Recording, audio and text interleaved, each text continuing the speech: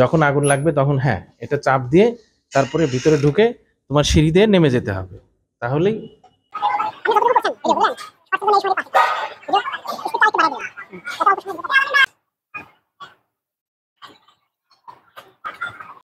আসসালামু আলাইকুম। আজকে আমরা এসেছি হচ্ছে বগুড়ার পুলিশ প্লাজায়।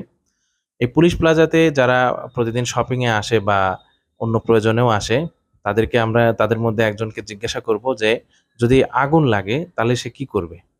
তে আমরা এখন কাউকে জিজ্ঞাসা করব, চলুন আমরা জিজ্ঞাসা করি। আসসালামু আলাইকুম। ওয়ালাইকুম আসসালাম। তোমার নাম কি? আমার নাম রাজ। তুমি কোন ক্লাসে পড়ো?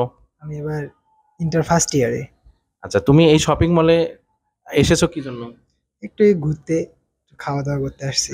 তুমি এই তালায় উঠলে কিভাবে? আমি হচ্ছে চলন্ত সিঁড়িতে উঠলাম।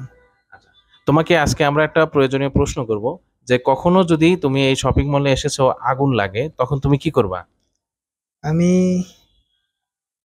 চ কি করব?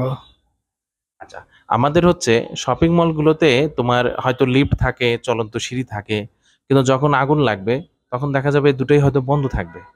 তখন তুমি কি করবা, এটা তোমার কি জানা আছে? না, আমার অতটা এক্সপেরিয়েন্স নেই। এটা হচ্ছে আমাদের দৈনন্দিন জীবনে এটার ব্যবহার অভিজ্ঞতা আমাদের খুব কমই থাকে সব মানুষেরই, কিন্তু এটা যদি আমরা মানুষকে সচেতন করি তাহলে হয়তো ধীরে ধীরে এটার ব্যবহারটা বাড়বে। তা আসো আমি তোমাকে এখানকার ফায়ার এক্সিটের ব্যবহারটা শেখাবো। আচ্ছা, কেটে দাও। আজকে আমরা ফায়ার এক্সিটের এই ব্যবহারটা আমরা প্রত্যক্ষভাবে একজনকে শেখাবো। এটা আপনারাও দেখতে পারেন, যারা শপিং মলে নিয়মিত আসেন তাদের জন্য এটা কাজে লাগবে। তো এখানে দেখতেছেন সুন্দরভাবে লেখা আছে এক্সিট, এবং এটা রেড মার্ক অর্থাৎ লাল চিহ্নিত। এটা সাধারণভাবে সাধারণ সময় এটা খোলা থাকে না, মানুষের চলাচল এটাতে করা হয় না, নিষিদ্ধ। কিন্তু যখন আপনি এটা এই শপিং মলে আগুন লাগবে তখন আপনি এটা যেভাবে কাজ করবেন সেটা হচ্ছে এটাকে যখন ধাক্কা দিবেন তখন এটা খুলতে চাবে না। কিন্তু এখানে দেখেন এই জিনিসটা কিন্তু পাঞ্চ সিস্টেমে, এটা পাঞ্চ করলেই তারপরে দরজাটা খুলে যাবে, এবং এর ভিতরে দেখেন কত সুন্দর একটা সিঁড়ি। তো এটার যদি ব্যবহার না জানেন এবং অভ্যাস না থাকে, যখন আগুন লাগবে তখন আপনি এলোমেলো অবস্থার মধ্যে পড়ে যাবেন, তখন দেখা যাবে যে আপনার হয়তো ক্ষতি হতে পারে। সুতরাং আপনারা এটার ব্যবহার করবেন। আমি এখন এই ছেলেটা এটা প্র্যাকটিক্যালি দেখাবে, আপনারাও দেখুন।